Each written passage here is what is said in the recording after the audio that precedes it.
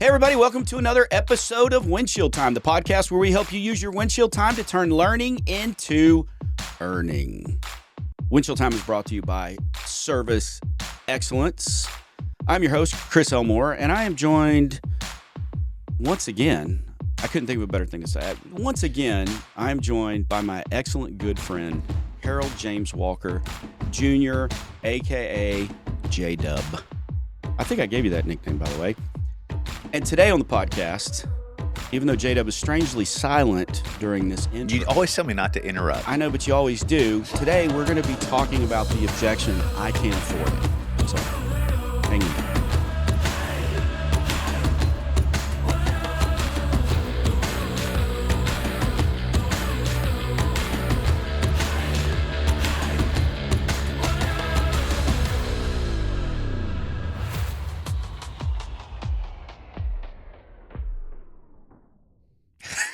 I love how you invite them to hang in. Don't anticipate. Don't expect to enjoy it. Just make it through, please.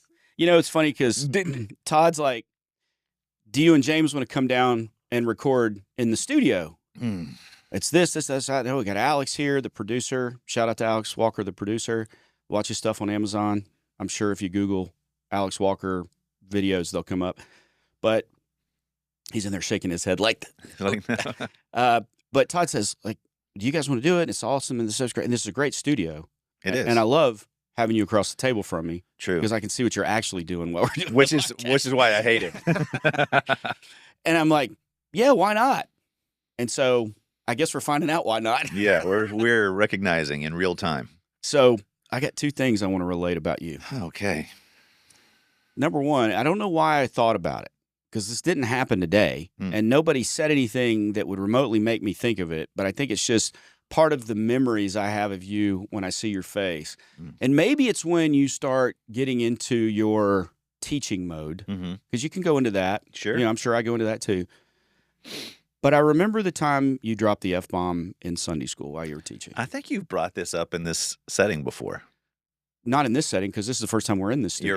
You're right. I'm sorry, on the podcast. Second time we're in the studio. So, but yeah, you dropped the F-bomb in church, man. And you didn't stub your toe. No one walked up and slapped you. No. An old lady didn't fall out on the floor or anything like that, which I don't think. Before I said it, for sure. Not before you said it. After I said it. After I said it, there was just a bunch of those Methodists get used to it, though. We were looking at the floor. Yeah. People were crossing in and crossing their arms. That's my problem, the confluence of my work life with my church life. And your personal life. My personal life. All of it came crashing down into one unique moment where, yes. I wasn't using it in exclamatory fashion. I was using it as exclamatory, ladies and gentlemen. I was using the word in its sense of understanding, of relating a story that somebody else had said and referencing him saying the word. If I'm not mistaken, you said it twice. I think you are mistaken, but that's okay. No, I think you said it twice. I think you went to you Sunday school twice, I think, in your whole life. No.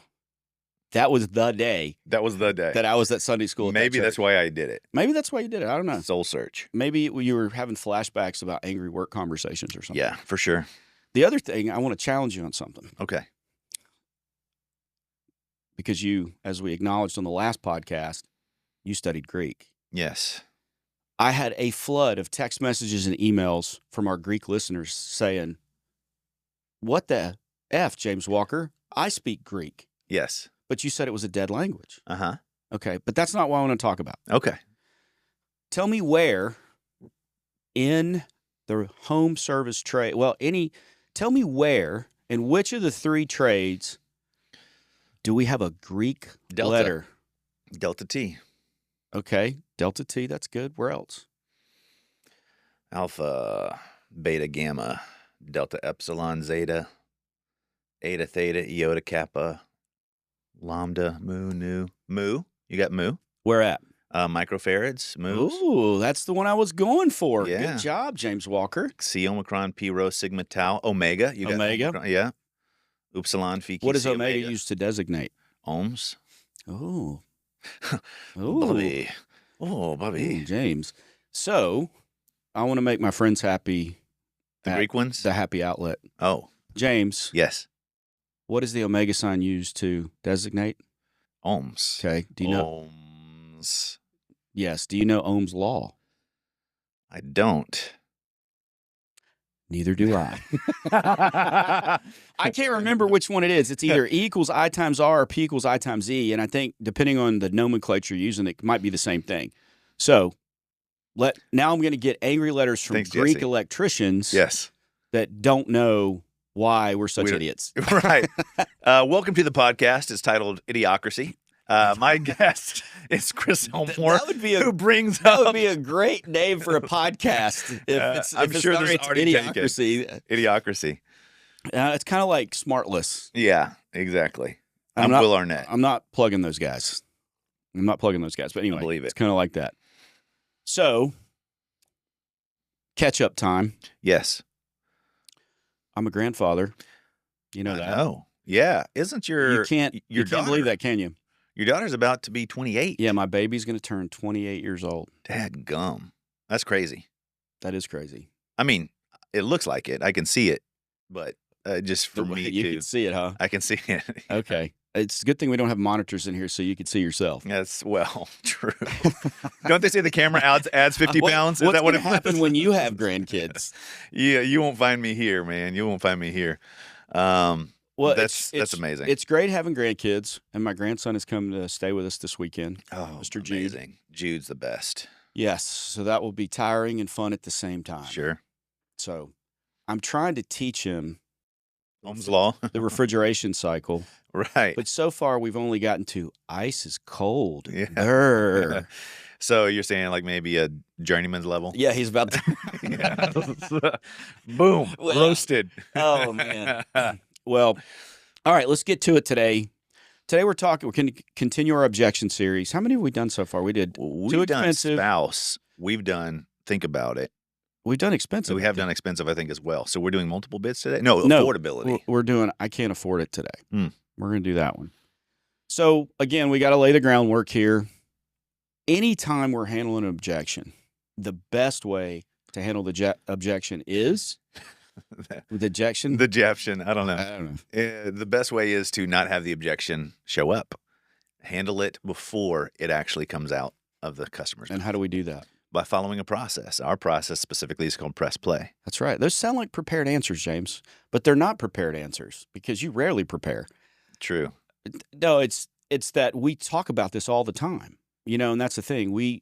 This is something we talk about over and over and over again, and I'm happy to do it because I would say out of all our curriculum that we have, probably the most requested topics are disc profile and objections. If I ever open up to my teams, hey, what do you want to talk about? They're like, objections. Mm-hmm.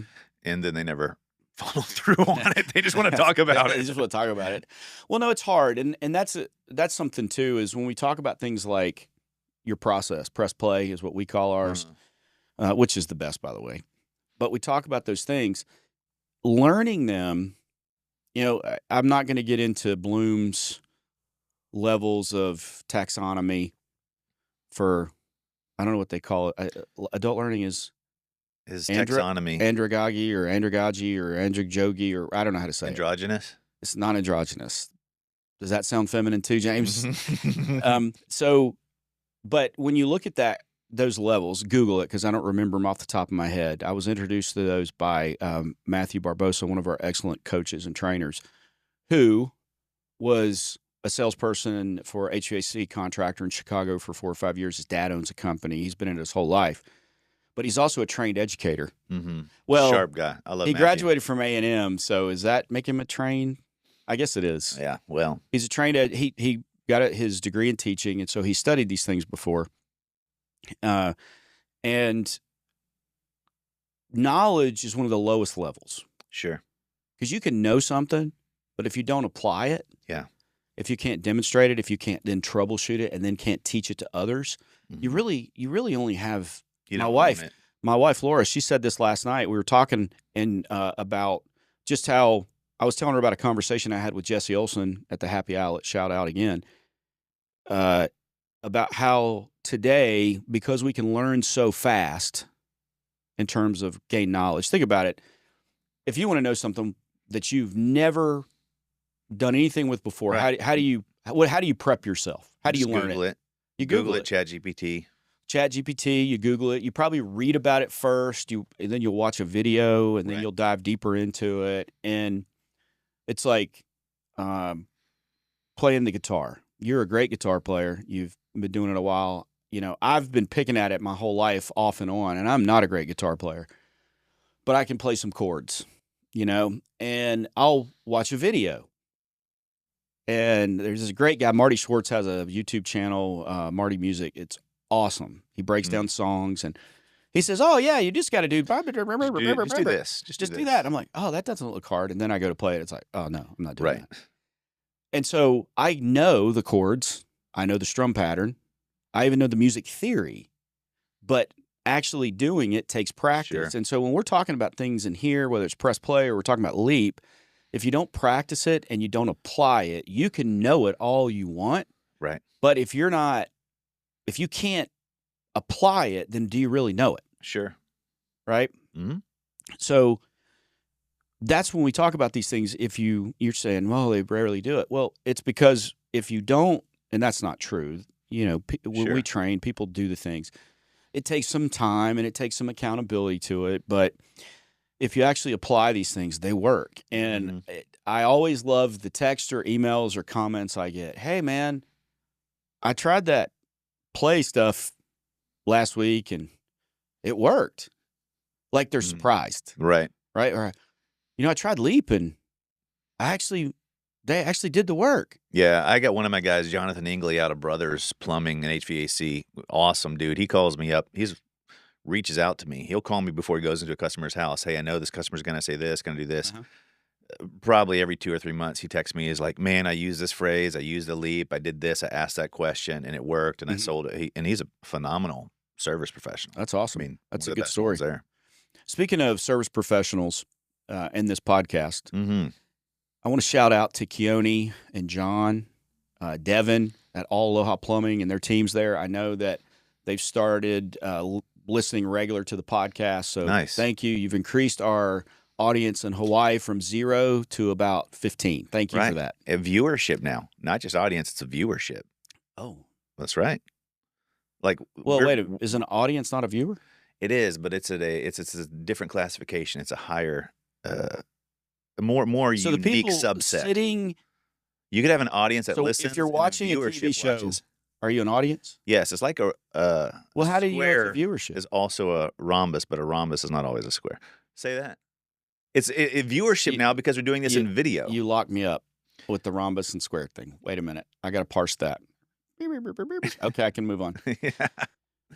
But yeah, shout out to those guys. But let's get to I can't afford it. Yep. And we're going into the realm of money objections again. So prepare the awkwardness. Prepare the awkwardness, because talk to my spouse can be awkward to pursue. Yes. To push back on that. But it doesn't have the inherent built-in awkwardness and anticipation as money objections. So, for instance, technician pulls up to the house. Mm-hmm. House is a little run down. It's not kept up. Older car in the driveway, whatever. They're thinking, or maybe they already knew that part of town before they even got to the house. Right. And they're thinking, okay, these people aren't going to have any money and, whatever. And so it's going to be awkward, or maybe they even go, you know what, I'm probably not going to get anything off this one, so I'm not even going to try. Yeah. And so the money objections are influenced a lot of times even before you arrive at someone's home, before you even see it. Where the talk to my spouse, it's funny that most technicians and salespeople probably more. So if you're doing in-home sales, you probably anticipate a talk to my spouse when you show up and only one person is there. Right. I think that it's not instinctive for most technicians to determine if there's only one decision maker or if there's only one of two people there. So I think that you don't have that anticipation and that prejudgment and all that kind of stuff going on, right? as a salesperson, if I walk into a house and I'm selling a bigger ticket item and only the husband's there, only the wife is there, I'm anticipating the spouse objection, and I'm going to start preparing for that and laying the groundwork for that. But the money objections tend to get awkward from the beginning. And what it is we're bringing in our own buying process and our own buying prejudice. Sure. And beliefs about money. What were you going to say? Well, I think that there's even a distinction that we'll find between the expensive objection and the affordability objection, and that, yes, these are both they can be unique interchangeable. territories. They can mean exactly the same thing, but they can also mean totally different things. But the true affordability objection has a vulnerability to it that none of the other objections does. Yeah, too expensive is more of a declaration. Yeah, like, I decide that this is too expensive for me to invest into. Affordability is I'm broke. There's a vulnerability inherent to it that causes it's a very sincere, you have to be very, not delicate, but very thoughtful about the way you walk through it, even beyond an expensive objection into an affordability objection. They're a different that's a good point. I never thought of it that way, consciously anyway, but that's definitely good. It's a good one. Good job, J-Dub. It's the first time. Because we're here together, I could do the awkward fist bump that you think is a high five, and then I change and you change, and then we don't do anything. Yeah. But we're not going to do that. Or we could just keep going. We could just we could keep going. We could keep going. But no, I like that vulnerability about it. But I also think that where too expensive is more of a declaration. Yeah. I think both of these things can be an inherent learned tactic for a price reduction. True. Interesting. Okay, so that's the other end of vulnerability. For sure. It's actually a leverage point to get you to come down on your price. Yeah, and because maybe that person, and anytime we get money objections, there's way more psychology in it than think about it or talk to my spouse. There's way more psychology in it because it is that customer's view of money, how they were raised to treat money, to value money. They're thinking about the utility of money and the status of money. All these things go into it. Maybe they came from a very poor background and they didn't have money. So any money they have now, they're still in that scarcity thinking. Right. But they really have the money, but there's a scarcity mindset that drives all of their money decisions. Sure. But all the things I just said about the customer could be true about the in-home sales and service professional as well. Because you're both bringing baggage to the relationship, let's say. And so you have to, because of the psychology of it, there's a couple of things that you have to do yourself that the customer won't do. The biggest one is you have to leave your money prejudices in the truck. You cannot take them in with you. You may need to throw them in the back of the truck, put them in a bag, and tie it shut before you even roll your truck to the next house. Maybe you need to do that in the morning before you leave your own house. Sure. But if you carry your money prejudices with you, that's going to influence how you handle these objections. It's going to influence how you approach the customer, even from a greeting in your introduction. It's going to influence the recommendations you make and how you present them. It's going to come out subconsciously to that customer, unconsciously to you. It's going to convey subconscious messages to the customer, and it's going to confirm and validate their point of view or disagree with their point of view on money, whatever it is, and you can't afford that. It's too much of a variable. Well, as an analogy, there's probably, we hate the car dealership analogy, but stick with me. If you go to a Porsche dealership, what percentage of those sales guys on the lot working with customers actually drive Porsches? Absolutely. They're driving Dodges, Fords. Maybe you might have one or two. You might even have people that are driving similar to a Porsche, but I'd actually buy a Ferrari or whatever instead. The thought process is just because you're there in that role, there are people who are going to show up and want what you have to offer at a price you're unwilling to pay. Right. That has nothing to do with you. And we would say, well, yeah, of course it makes sense for a guy who works at Neiman Marcus to be wearing Gap clothes if you want to get into the women's side of buying, purchasing, or something like that, right? But we don't have any issues with that. There'd be a guy who sells Porsches who drives a Ford. That's but right. We get into the problems of, well, I wouldn't buy a 16 Seer. I wouldn't go for that, as opposed to that's not your choice to make, and it's also not you need to have buy-in to the reason you're pricing where you are, but that doesn't mean you need to be comfortable with yourself purchasing it for that amount. Yeah. think there's another layer to it too, is the person selling the Ferrari Mhm. knows what the dealership paid for the Ferrari. Sure, of course. The person selling the Louis Vuitton purse knows what They're that invoice Yeah. cost is, or what the constituent components cost is. Just like when you go into a home, it's the same way. Technicians know or have an idea of what things cost. And so when we know something costs us, even in your life, Mhm. if you know that you paid $20 for a box of 50 coffee pods, Mhm. for instance, I probably should have picked different math Yeah. to try to do that in my head. Let's say you paid $20 for a box of 40 coffee pods. There you go. It's 50 cents a pod, right? Mhm. Plus a little tiny bit for the water and a little tiny bit for using the wear and tear on the machine and replacement costs and all that kind of stuff for the Keurig. So selling that, if someone said, yeah, we sell these for $5, you're like, you got like 60 cents total in Yeah. that cup of coffee and you're selling it to me for $5, Right. you would have that mentality about the money Right. because you have some insider information. Sure. That's fair. Right. Just like my dad, shout out to Charles, Dad. Love you, Dad. Never going to see this probably. Probably would have lost him Yeah. when we were talking about something useless at the beginning. Right. But last night we were talking and, my dad will be 77 this year. And my dad was in and around HVAC his entire career up until he took over the family travel business from my grandfather in the 90s. But he was in it his whole life. And so, and you'll know what I'm saying. If you're a technician out there in any trade, you'll think you know other trades. Mhm. Like Sure. especially HVAC techs. HVAC techs, I love you. I'm one of you.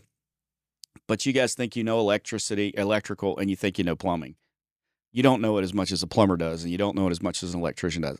Believe me, I found out the hard way on all of those things, much to my wife's chagrin and expense. But you think you know things. So my dad, the gas company in Virginia comes out once a year and tests the meter and does maintenance, whatever maintenance on a gas meter is. Well, the guy that came out said, you got a leak in your gas line. I have to turn it off and lock it, red tag it. Wow. Dad's like, okay, well, I guess we got to get it fixed. Don't want anything blown up. So he had a plumber come out because in Virginia, plumbers mostly do HVAC and plumbing do gas there. You got to be a Pipe fitter. a gas fitter. Gas fitter. Yeah. You got to have a gas fitter. And so they sent a plumber out. Guy my dad has used many times before. Guy comes out. Dad's not there. He just gave him the code to get in the garage, and the guy went about going under the house, checking every gas line. What they determined was that the guy who came out to test the meter forgot to turn off the valve to the gas logs that has a standing pilot on it. So there was bleed by that he thought was a leak. Interesting. Yeah. So then my dad, it's 2 hours, blah, blah, a couple hours. Who's going to pay for that and all this kind of stuff? And he's like, how much do you think it'll be? So if it's one of my plumbers, it's probably like $600. What? $600? All the guy did was spend 2 hours here, and all he used was some soap bubbles. And so this is a guy who's on the inside his entire life. Right. He worked for a supplier, so he knows he Right. even knows the wholesale cost to the wholesaler on these Right. things.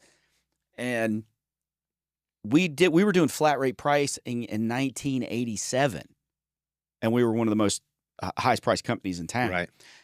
And so he's still having this. But again, his thing is, I'm not paying any more than I have to, Right. kind of thing. So he's bringing that with him to this judge, even though he's on the inside. Mm-hmm. So that just shows that your judgment as a technician or in-home salesperson is not fair, Right. right? So you have to leave it in the truck. You can't bring it in with you. So that means when you go into someone's home, that it doesn't matter what it looks like. It doesn't matter how much money you think they have. People live the way they live sometimes, probably most of the time, because it's psychological that they get something out of that. The hoarder with 15 cats lives that way, probably not because of money, but because of some psychological thing that's going Right. on.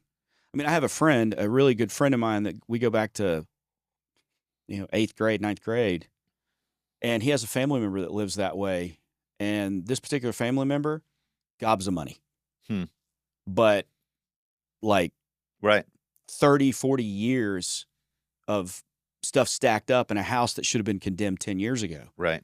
But it's not money that makes that happen. So you just can't assume that. Right. I think a lot of times when we go into a home and we see these different things that look negative, it's just, it fits the attitude about money. Like, Mhm. oh, well, they must not have any money because they have 15 cats and they haven't cleaned their carpet in forever and this, that, and the other thing, and everything's dated. Those facts fit the narrative rather than writing the narrative from the facts in our head. Right. Right? Right. Which we can't ever do because we cannot see their bank account balance. Right. We don't know how much money they have. So that we can't write the accurate narrative in our brain about what we see around us without one critical piece of information, Mm-hmm. bank balance. We don't know that stuff. Or we haven't counted the bills in the coffee can and the mattress under the 15 cats. Right. So we don't know. And so that's why we can't go into a service call with these money things in our head. Agreed. Hard to do. Very hard. It's like walking past a chocolate chip cookie if it's your favorite thing to eat in the world and you've been told you can't eat it. Mm-hmm. Just using that as an example. I'm not I've saying heard. that's anybody. I've heard. So how do you do that? That's the question. And there's not a specific answer necessarily other than you just have to consciously block it out. Mhm. I think consciously, instead of just blocking out the absence of thought, Right. I would proactively put times that you did make a mistake about someone's or assume about someone's purchasing, process, and they contravened it or they acted differently than you thought. Oh, I've got a story for So that. yeah, I mean, we don't have to get knee deep in these stories, but I think wait a minute. I have Are to. you stiff arming me on my story? No, I'm just Finish your saying. thought, and then I Yeah. got a story. I'm with you. I'm saying that rather than say, don't think about it, don't think about it, don't think about it, actively think about the time that you misread somebody and they proved you wrong. And that will give you a lot more ability to say, this might be that time. No, just that's good. like that. Go That's ahead. good. Go ahead. Tell your It's story. practical. So I was a service technician, but I could sell replacements. Sure. So I was a selling technician. I get sent to this guy's house. It's tripping the breaker. HVAC system tripping the breaker in the middle of summer. And so usually that's going to mean they've got a compressor bad. And depending on the age of the system, we're not replacing a compressor. Of the system. Yeah. So I pull up to the house. I knew the neighborhood it was in. I knew that the house was 20 some odd years old. So I go there and pull up in front of this house, and I did the classic thing. There's an old Mercedes station wagon in the driveway that looks like some kid uses it to deliver papers in the morning, back when that used to still Sure. happen. It's dirty. It's missing the wheel covers. It's got all these bumper stickers all over the back of it. There's crap piled up in the passenger seat to the door jamb on Sure. the window, and there's no other cars. The house hasn't been painted in years. It's you can see where the gutters are full. There's little oak trees growing in the gutters from the acorns. The yard hasn't been trimmed in forever. It's been mowed, but no one's trimmed anything. Right. And so that's what I'm walking into. So I'm thinking, oh, these people don't have any money. And this is tripping the breaker. Oh, I'm going to have this object, blah, blah, blah. I'm going to money, objections, this, that. The guy answers the door, and I go in his house, and he was from somewhere in, I don't know, Southeast Asia. I don't know where he was from. Mhm.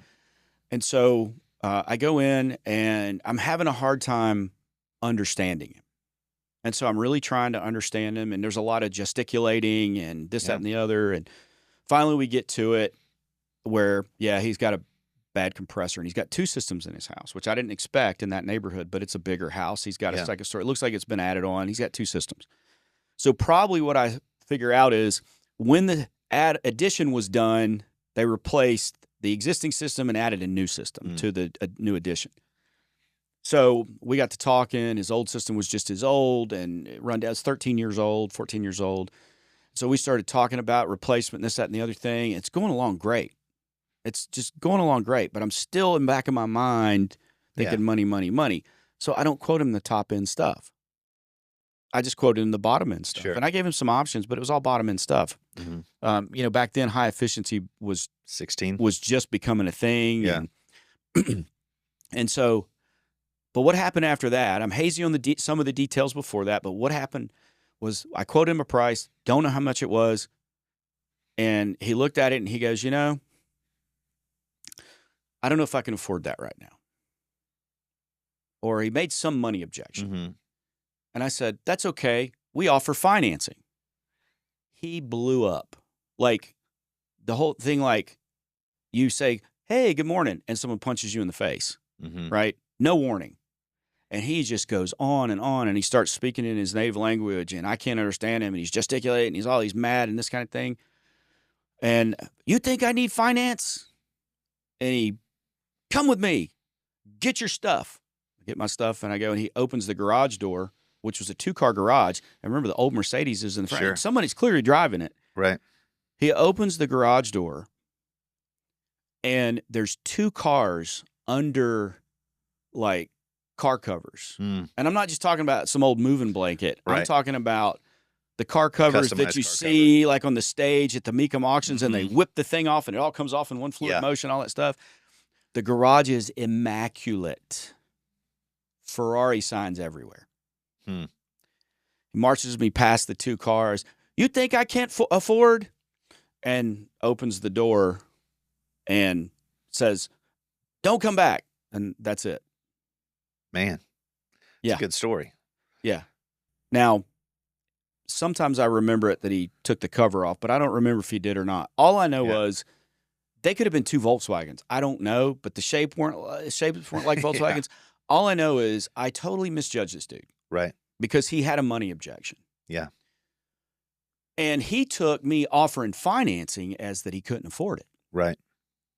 So, and really in his mind, it was probably, he didn't know if he was going to spend that money right now. Sure. I don't know why. Maybe it's because he had 2 Ferraris in his garage and he spent all his money on those. Right. I have no idea. Who knows?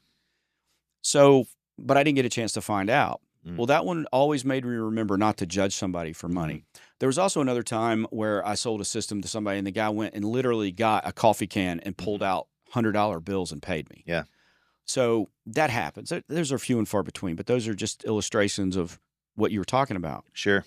So when we talk about afford it, and just like every other objection, we have to minimize it or eliminate with our process. Then we leap, listen, empathize, ask questions, problem solve.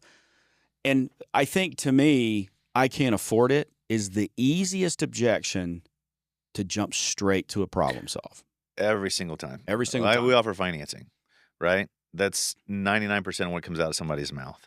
Yeah, and let's break down LEAP again for.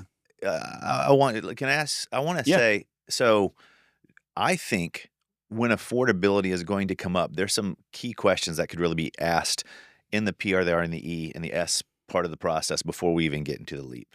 And okay, yeah, that's I think again, using process. Yeah, minimize or eliminate before they come up. Questions like, hey, have you done research on your situation today? If you're getting out there and you realize, again, if it's a capacitor or something like that, maybe not. But if they're talking to you about replacing a system, I will ask them, hey, have you done some research? Do you have some money set aside? If you were going to invest into a solution, long-term, short-term solution, if you're going to put money towards a solution or invest towards a solution on a monthly basis without taking food off the table, how much would you feel comfortable putting towards something, right? There's ways that you can kind of precondition conversations. Yeah. So that they have a context going in and you have a context going in, what their brain space is on this.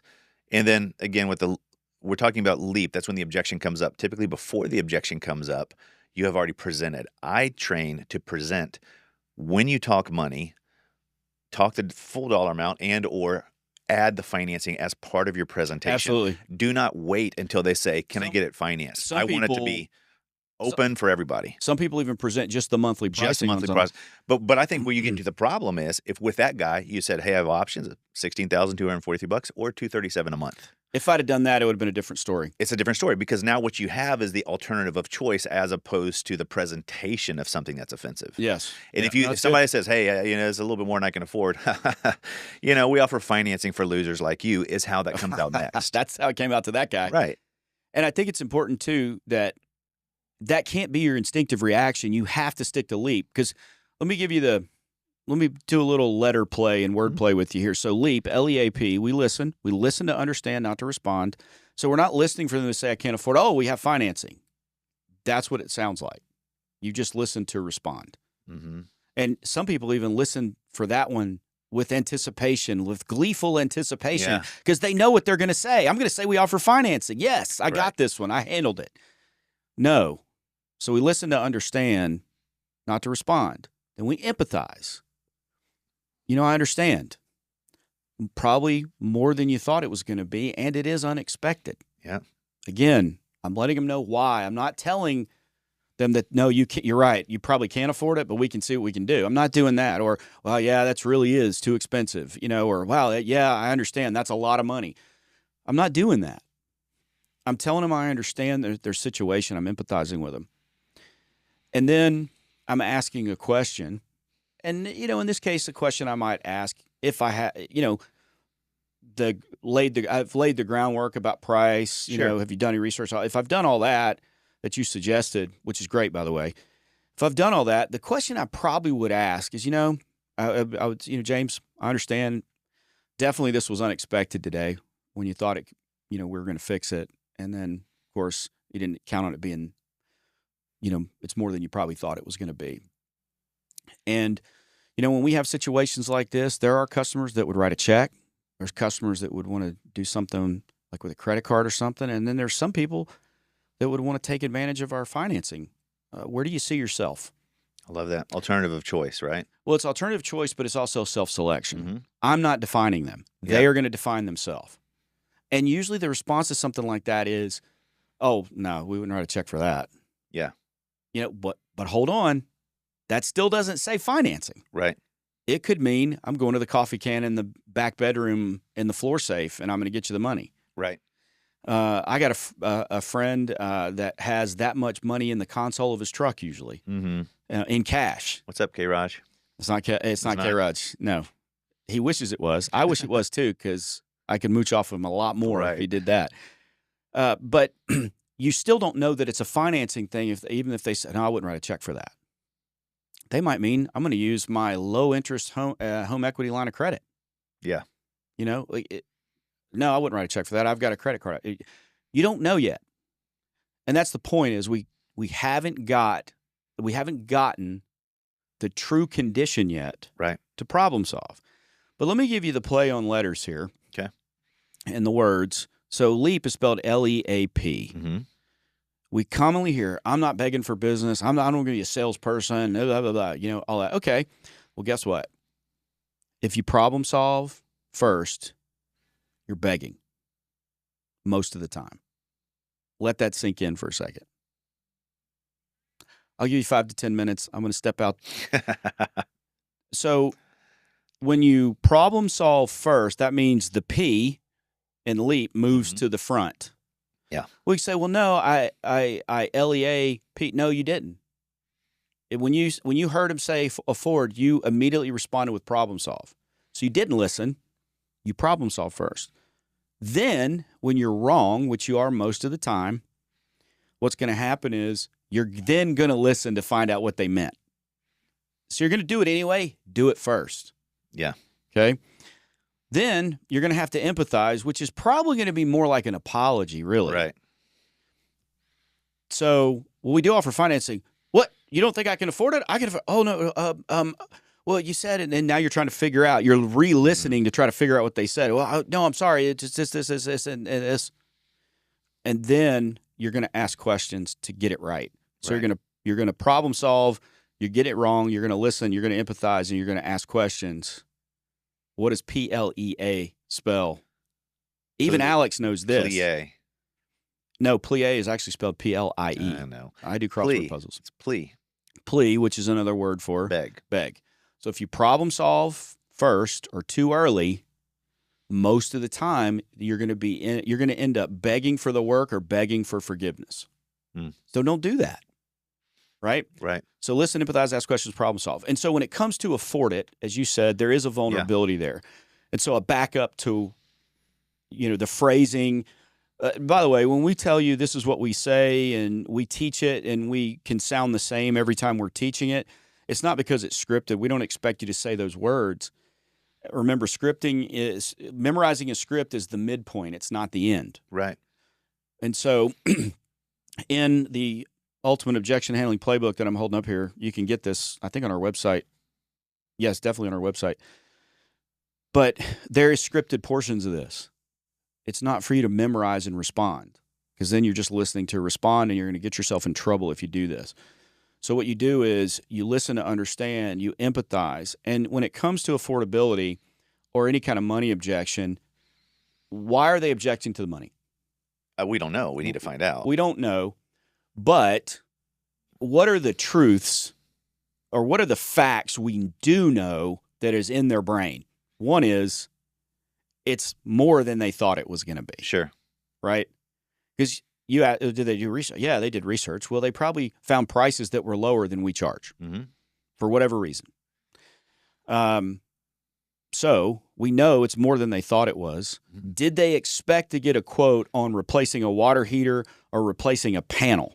Mm-hmm. No. They didn't expect that, did they? Right. You know, sometimes you get, yeah, we figured it was on its last legs. You probably get that sometimes.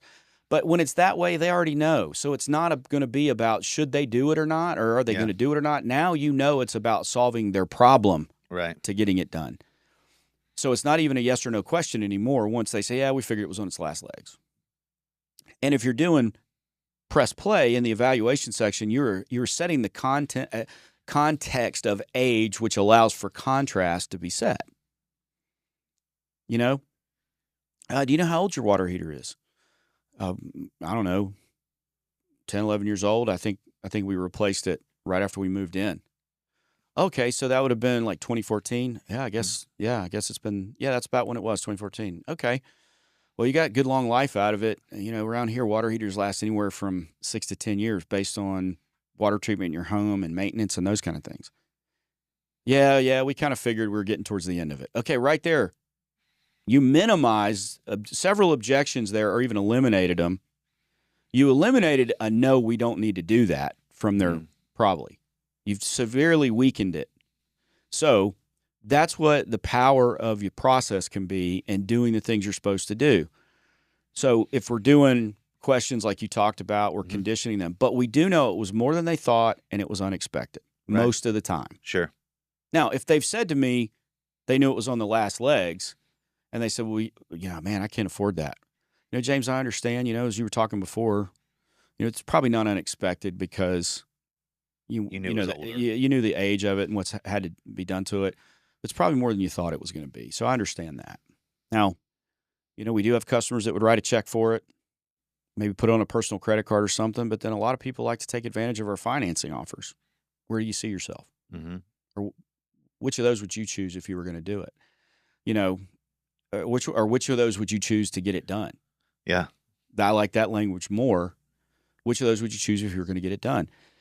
And that's implying that you have to make a choice. Sure. Or they're going to say, well, we wouldn't do any of those because we're spending money on this, we're spending money on this, we're spending money on this. Mm-hmm. Well, then I would probably back to, I understand. It sounds like you got a lot going on. I probably wouldn't say, sounds like you got a lot of money going out. Mm-hmm. I would say something more along the lines of, sounds like you got a lot going on, and that'd be a lot easier to deal with hot water, so wouldn't you say this was probably a priority to get done sooner rather than later? And so then I'm handling all this other stuff going on. So that's a different objection. Right. So it turned from afford it to we got a lot of stuff going on. So it's really not, I can't afford it. It's, I don't know if I can afford it. Well, I don't know if I can prioritize it. Yeah. I don't know if I can afford it. I don't know if I can prioritize this over other things. Right. And that's why I said what I said to move it up in the priority order. But those things would be a lot easier to deal with hot water, right? Sure. So when you get the afforded objection, it's no different, even though this tends to be a more awkward objection because it's more money. Right. I mean, it's money. And if you don't, LEAP is the way to handle it. Your process is the way to minimize and eliminate before they even come up. That's the best way. Then leap through the objections to get to the true condition because it's actionable. You can problem solve for that. But as important as that is, if you don't leave your prejudices about money in the truck, that's going to be harder for you to do to money objections, especially I can't afford it, because as you said, it's more connected, there's more vulnerability there. It's a little more emotional than the declaration of I can't, Right. or that's too expensive, right? Or the declaration of I'm getting multiple bids. Sure. So this one, you really have to make sure your brain, your mind is right before you go in the house. I think that there's a lot of good questions that we can ask, and I think that one of the clarifying factors is when people start talking money, it can fall into two broad brush categories: expensive versus afford it, and we are talking about afford it. However, sometimes people will mean afford it and they will say expensive, Yes. right? So I think that one of the better determining questions once they say that is to empathize. I understand it's more than you're expecting it to be.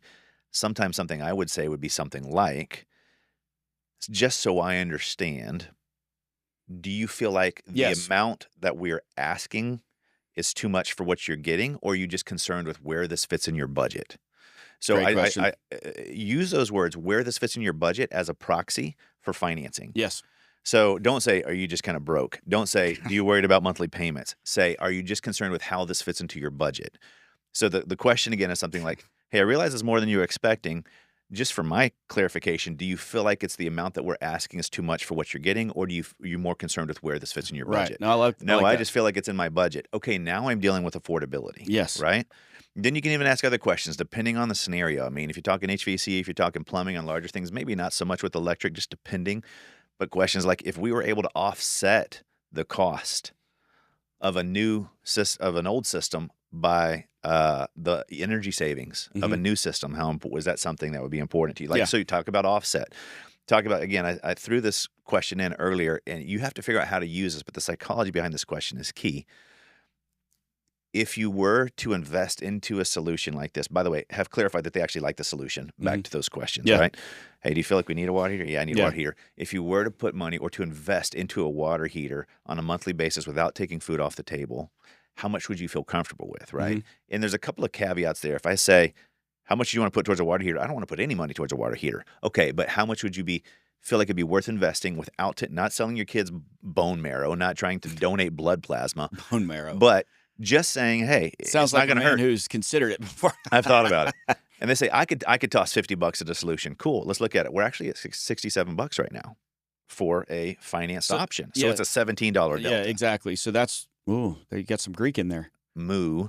You got some And Greek in there. Omicron.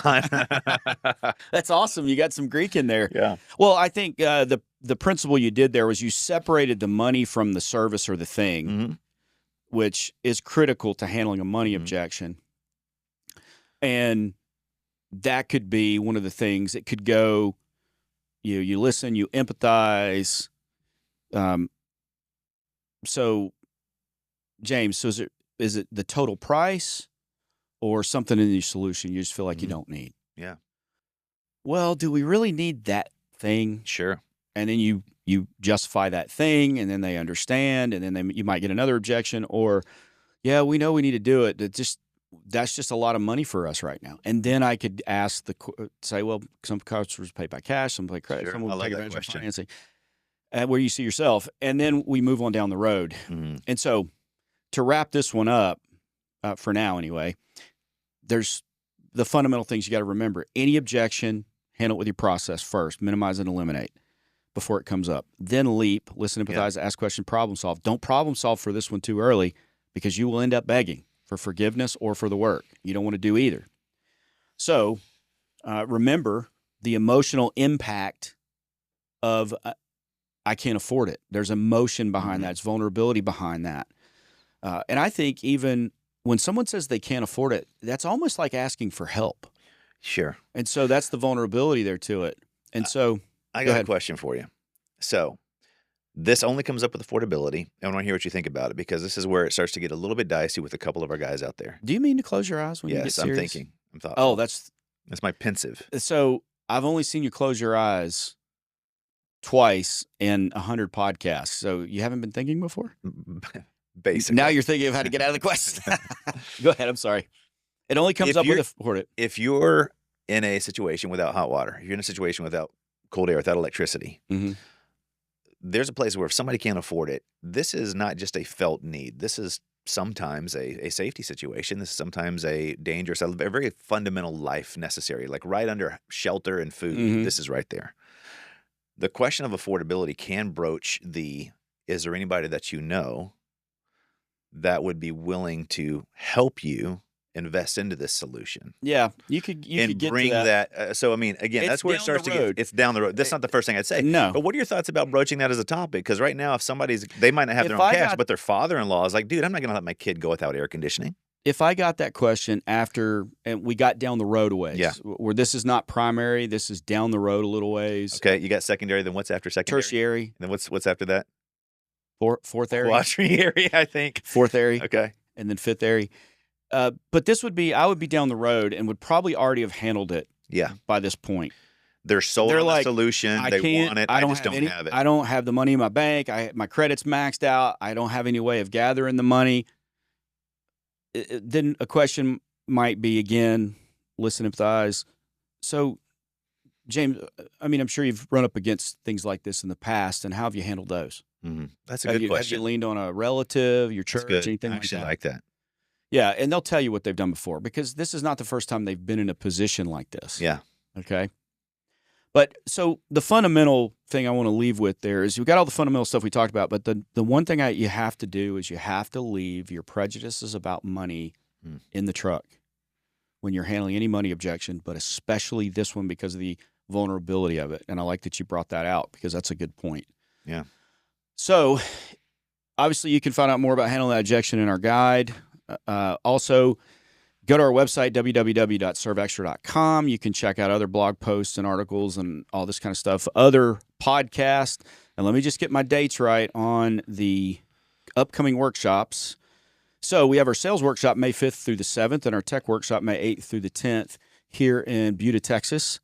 And if you We want to also have a leadership workshop, which is going to be a primary leadership workshop that we're going to be running May 15th and 16th. there you go. That'll stay tuned for that one. Specifically for leadership. Yep. Specifically taught by The inimitable James Walker. the inevitable or inevitable? Inimitable. Inimitable, which means you can't be imitated. Yeah, basically. Oh, I can imitate you. That was, yeah. Well, and I spoke about myself in third person, so already these people are tuned out. So I always thought you were going to say yours truly or something like that. But anyway, so May 5th through the 7th is sales. May 8th through 10th is tech. Then the following week, 15th, 16th, we're doing a leadership course. Stay tuned for more information about that. If you want to reach James Walker, James at serveextra.com or 254-230-5266. and if you want to reach me, Chris Elmore, 254-733-7109 or Elmore at serveextra.com. James. This got intimate real Why am I quick. talking like this? James, what do we do here at Service Excellence? At Service Excellence, Chris, we turn learning into earning. I have no idea why they would be giggling. I don't know. I'm anticipating laughing at it. I don't know why. There you go. Bye, everybody. Take care.